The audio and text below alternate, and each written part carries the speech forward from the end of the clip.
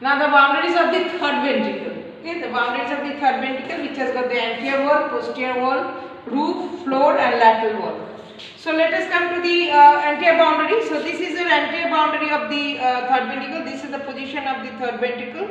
So what is the anterior boundary of the third ventricle? So we come over here. There is a space called vulva, anterior commissures, and the lamina terminalis. So anteriorly, this is the boundary, lamina terminalis, anterior commissure fibers, and the vulva. So this forms these three structures forming the anterior boundary of the third ventricle. Coming to the posterior boundary. So this is the place where the posterior boundary is there. So posterior boundary is formed by, this is the suprapineal recess, then this is the pineal gland with the pineal recess, which has got two lamina. This is upper lamina, this is lower lamina. Upper lamina having the habenular commissure fibers and the lower lamina having the posterior commissure fibers. So suprapineal recess, pineal gland with the pineal recess having two lamina, upper lamina, lower lamina. This forms the posterior boundary of the third ventricle. Coming to the roof. Roof is formed by, this is the roof. Roof is formed by the choroidal plexus. Then this is the fornix, septum pellucidum, and the corpus callosum. This is the roof which is formed by, you can see from here, roof is formed by the telachoroidal choroidal plexus. Then this is the fornix. This is the septum pellucidum, which is the covering of the lateral ventricle, and the corpus callosum. So these structures, four structures is forming the roof. In respect to the roof, this is the floor of the third ventricle. So coming to the floor of the third ventricle, what are the structures forming it? So this is your optic chiasma. So optic chiasma coming with the supraoptic recess. So optic chiasma with the supraoptic recess. Then coming, so this is called infundibulum. Okay, the infundibular stalk with the recess above it. This is called the infundibular recess. Then comes here the tuber cinereum. So here lies here the tuber cinereum. And here lies the mammillary bodies with the posterior perforated substance. You see the mammillary bodies. So there are four structures which forming the floor, that is an optic chiasma, the supraoptic recess, infundibulum with the infundibular recess. Then we will see the tuber cinereum and the mammillary bodies. So these structures will be forming the floor of the third ventricle. At a chocolate. So this is your third ventricle. This is the third ventricle floor. This is your anterior wall. This is your posterior wall. This is your roof. Now come over here. This is your lateral wall, which is formed by the thalamus above and the hypothalamus below. This is interventricular foramen of the Monro. Form one an imaginary line. This is a hypothalamic sulcus gauze, which will divide the thalamus and the hypothalamus. So this hypothalamic sulcus with thalamus, hypothalamus, this will forming the lateral wall on both sides, two sides of the third ventricle.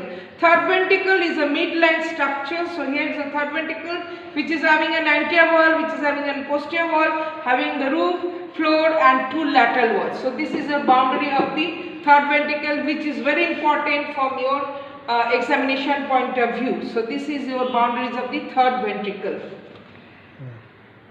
Coming over to the fourth ventricle, this is the floor of the fourth ventricle, which is very important from your examination point of view. This is also the dorsal surface of the brainstem, because we know the fourth ventricle lies between the brainstem and the cerebellum. So when the cerebellum is removed, you come to the dorsal surface of the brainstem, which is also the floor of the fourth ventricle. So what structure lies on the floor of the fourth ventricle? We see this is the thalamus on both sides, this is the medial geniculate body, lateral geniculate body on both sides. Then this is the third ventricle. So third ventricle, then this is the posterior wall of the third ventricle. This is pineal gland with the habenular nucleus over here. There are two collicula in the midbrain, superior collicula and inferior collicula. Superior colliculum is connected with the lateral geniculate body, that is superior brachium, and the inferior colliculum is connected with the medial geniculate body by the inferior brachium. Then coming a structure in the midline called frenulum velar, which is also termed as a proximal extent of the sulcus limites, which will separate the motor area from the sensory of the spinal cord. So this is that is frenulum velar.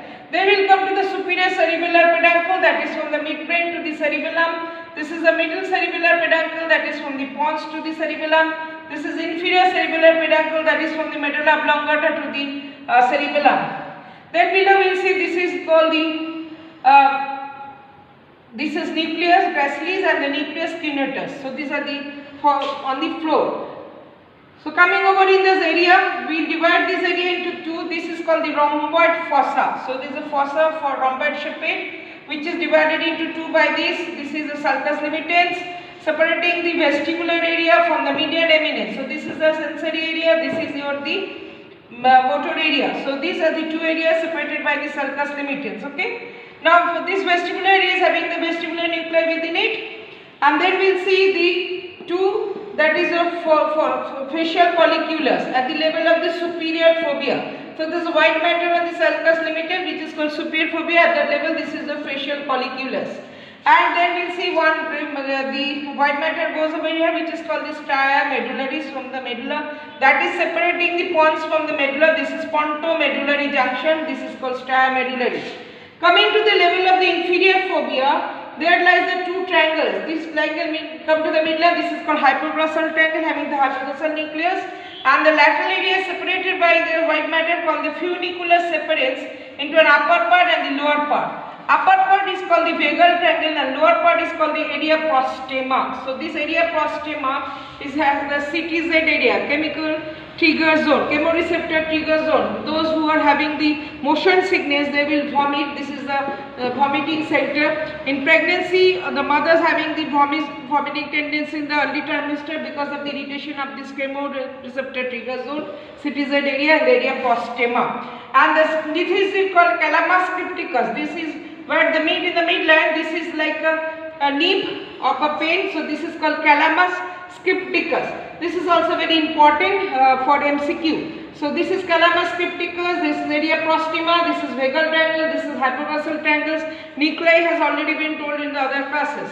Now there is a velum over here. This is called superior medullary velum and superior cerebral peduncles. There is an area called locus coeruleus, which is very important, and this is full of the prostaglandin, full of the adrenaline, and this is the area which will give rise to the formation of emotional outbursting called locus coeruleus. So this is on the floor of the fourth ventricle, which is very important from the academic point of view, examination point of view. The floor of the ventricles with the cranial nuclei. So you have to prepare this question for your long question. Floor of the fourth ventricle with the cranial nuclei in it. Okay, that's it. Thank you.